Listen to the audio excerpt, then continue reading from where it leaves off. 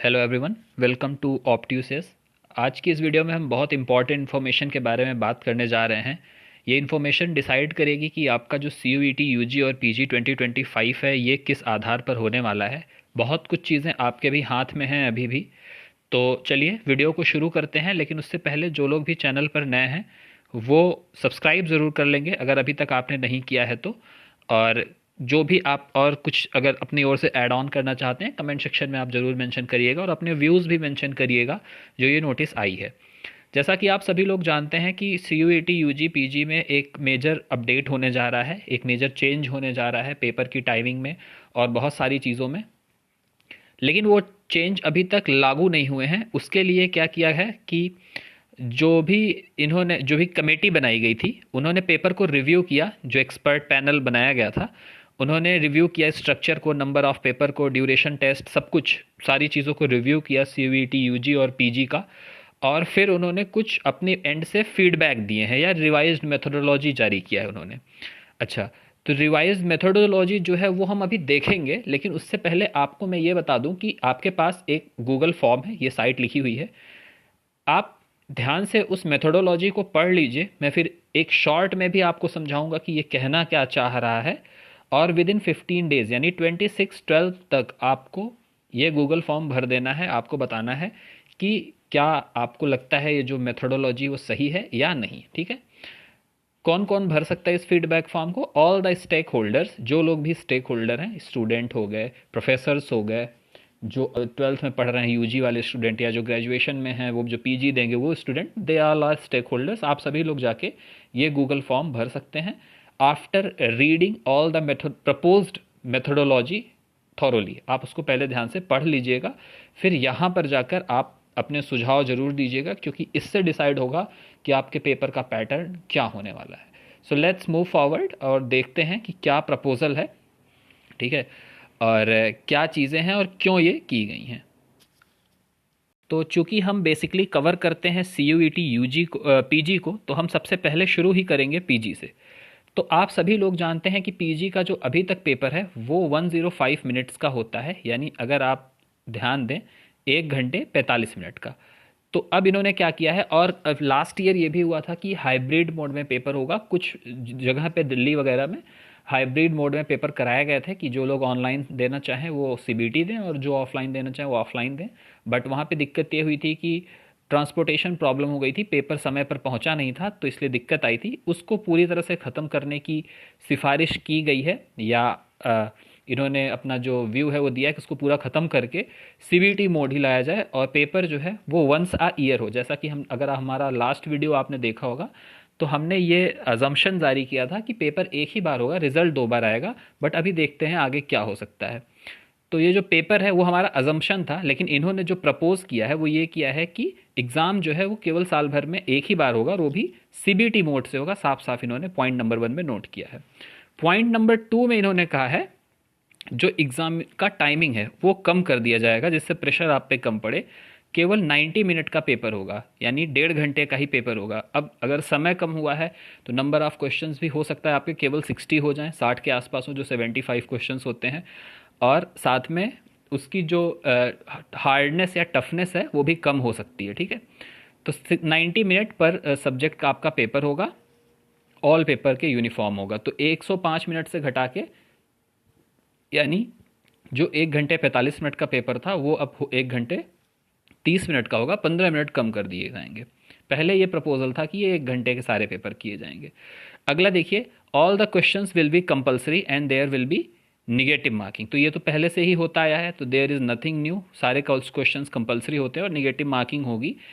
तो ये एक तरह से कंपटीशन को थोड़ा सा अच्छा करने के लिए और रिजल्ट को थोड़ा सा क्लैरिटी लाने के लिए किया जाता है। तो that's all right for us. Medium of examination will be bilingual, यानी एक तो इंग्लिश होगा और दूसरा आप एक और लैंग्वेज चूज़ कर सकते हैं। Standard of question will be as was in CUET PG 24। तो स्टैंडर्ड में कोई चेंज नहीं होगा। जो CUET PG 2024 के क्वेश्चन थे वैसे ही क्वेश्चन आपके पास आएंगे। 6th पोर्शन कहता है the general paper is to be redesign to cater skill based and certain profession based on UG knowledge so that university can use it for programs in those areas। तो कोई एक general paper हो सकता है introduce किया जाए, अभी तक ये बहुत क्लियर नहीं है, क्लैरिटी नहीं है इसमें, और वो स्किल बेस्ड पेपर होगा जिससे आप यूनिवर्सिटी में उस स्किल का इस्तेमाल कर सकें। और सातवां पॉइंट कह रहा है all admission will be made using CUET PG score and in compliance with UGC guideline. However, a university may decide the weightage of CUET PG score for admission to specialized courses। तो simple सी बात है कि जितना भी admission होगा वो आपके CUET PG score पर होगा, पर अब पूरा ही CUET PG पर लेना है या साथ में कुछ इंटरव्यू कराना है या कुछ GD GT टाइप चीज़ें करानी है, that will be decided by the university. जो भी यूनिवर्सिटी अगर कुछ और अलग से कराना चाहती तो कराएगी, but CUET PG will be compulsory. तो ये तो पीजी में चेंजेस हैं। I think changes are quite good. Paper के टाइमिंग को कम करना जिससे प्रेशर कम रहे बच्चों पर, CBT मोड में कराना काफ़ी सही रहता है। तो अगर आप चाहते हो कि कोई और हो तो एक बार कमेंट सेक्शन में भी आप आइडिया ज़रूर लिखना कि आप क्या चाहते हैं कि कुछ और परिवर्तन आए, और जो गूगल डॉक मैंने ऊपर दिखाया था उसको ज़रूर फिल कर लीजिएगा, क्योंकि उसको फिल करने से आपके जो व्यूज़ हैं वो उन तक पहुँचेंगे। तो ये तो बात थी CUET PG की। CUET UG में भी मेजर चेंजेस रिकमेंड किए गए हैं। ये अभी तक अप्लाई नहीं किए गए हैं, ध्यान रखिएगा, ये चेंजेस ये रिकमेंडेड हैं। ये भी वंस इन अ ईयर होगा, CBT मोड में होगा। पहले जो आप 6 सब्जेक्ट में दे पाते थे वो अब केवल CUET UG की मैं बात कर रहा हूँ, केवल 5 सब्जेक्ट में आप भर पाएंगे, maximum up to 5 subjects. Third point कहता है the candidate will be allowed to take subjects in the CUET irrespective of subject opted in class 12th within the permissible limit of 5 subject. यानी अब आप वो 5 subject choose कर सकते हैं जो आप चाहते हैं। ऐसा नहीं है कि आपने जो 12th में पढ़ा था वही सब्जेक्ट लें। जैसे कोई कॉमर्स स्ट्रीम का बच्चा अगर BSc करना चाहता है तो ही कैन ऑप्ट 5 सब्जेक्ट, ठीक है, आराम से वो BSc कर सकता है। कोई मान लीजिए साइंस स्ट्रीम का बच्चा, वो कुछ कॉमर्स या आर्ट्स में जाना चाहता है तो ही कैन गो। कोई 12th के में क्या आपका सब्जेक्ट था इसका कोई इंपॉर्टेंस नहीं रहेगा। फोर्थ है the exam duration will be 1 hour per subject per paper, ठीक है। तो जो आपका 45 मिनट का होता था जनरल पेपर, वो सब्जेक्ट का पेपर वो बढ़ा के 1 घंटे का कर दिया गया है। तो अभी 1 घंटे के सारे पेपर आपके होंगे, ठीक है। पांचवा है कि कंपलसरी और निगेटिव मार्किंग होगी, सारे क्वेश्चंस कंपलसरी और निगेटिव मार्किंग। NCERT के सिलेबस बेस पर आपका क्वेश्चन बनेगा। मीडियम ऑफ एग्जामिनेशन जो 13 लैंग्वेजेस होंगी, इंग्लिश, हिंदी, असमीज, बंगाली, गुजराती, कन्नड़, मलयालम, मराठी, उड़िया, पंजाबी, तमिल, तेलुगु एंड उर्दू, ठीक है। आठवां है फॉर द 13 लैंग्वेजेस जो मैंने अभी बताया आपको, for the language specific paper to test proficiency are to be conducted as per CUET 2024। तो वही 2024 का जो स्पेसिफिकेशन था उसी हिसाब से होगा। For the all remaining languages including foreign language, अगर आप बाकी लैंग्वेजेस भी ऑप्ट करना चाहते हैं इसके अलावा जो 20 लैंग्वेजेस हैं, तो इसका जो होगा the admission in the programme of these languages are to be made on the basis of performance in general aptitude test. तो जो एक जनरल एप्टीट्यूड टेस्ट होगा उसके आधार पर इनमें बाकी 20 लैंग्वेजेस में एडमिशन होगा और इन 13 लैंग्वेजेस की अपना एग्जाम होएगा। 9th पॉइंट कहता है the general test currently in vogue is to redesigned as per general aptitude test. तो पहले जो जनरल टेस्ट था उसको अब रीडिज़ाइन करके जनरल एप्टीट्यूड बनाया जाएगा। और जब भी एप्टीट्यूड की बात आती है तो वो आपकी मेंटल स्टेबिलिटी यानी मेंटल टफनेस को चेक करेगा, जिसमें रीजनिंग होगी, इसमें इंग्लिश होगा, इसमें करंट अफेयर होगा, सारी चीज़ें इसमें इंक्लूड हो सकती हैं। 10th पॉइंट कहता है the domain specific subject paper on entrepreneurship, teaching aptitude, fashion studies, tourism, legal studies and engineering graphics are to be discontinued. ये अब डिसकंटिन्यू कर दिए जाएंगे और इसमें जो एडमिशन होगा वो जनरल एप्टीट्यूड टेस्ट के बेस पर होगा, यानी जो ये नया डिज़ाइन करके बनाया जाएगा। The 23 subject paper will be, ये 23 सब्जेक्ट पेपर यहाँ पर नोट किए गए हैं, इसको आप देख लीजिए, जिसमें ये CUET UG कराया जाएगा। और all admission will be made using CUET UG score. तो सारे जो एडमिशन है वो CUET UG के स्कोर पे किए जाएंगे। तो 12 पॉइंट प्रपोज किया है CUET UG के लिए और 7 पॉइंट प्रपोज किया गया है CUET PG के लिए। मैंने आपको सारे पॉइंट्स एक बार बता दिए, एक बार मैं फिर से इसको समराइज़ कर देता हूँ। तो समरी में सबसे पहले UG की समरी देख लेते हैं। CBT होगा, हर पेपर 1 घंटे का होगा। जो पहले 29 डोमेन सब्जेक्ट होता था और उसके साथ साथ एक जनरल टेस्ट होता था, ये UG का है। उन 29 डोमेन सब्जेक्ट का जो पेपर होता था वो 45 मिनट के होते थे, उसको 1 घंटे का किया गया। और जो जनरल पेपर होता था वो जो 1 घंटे का होता वो 1 घंटे का रहेगा, अब वो जनरल एप्टीट्यूड टेस्ट हो जाएगा। 6 पेपर नहीं, 6 सब्जेक्ट नहीं, बल्कि 5 ही सब्जेक्ट के आप एग्ज़ाम दे पाएंगे।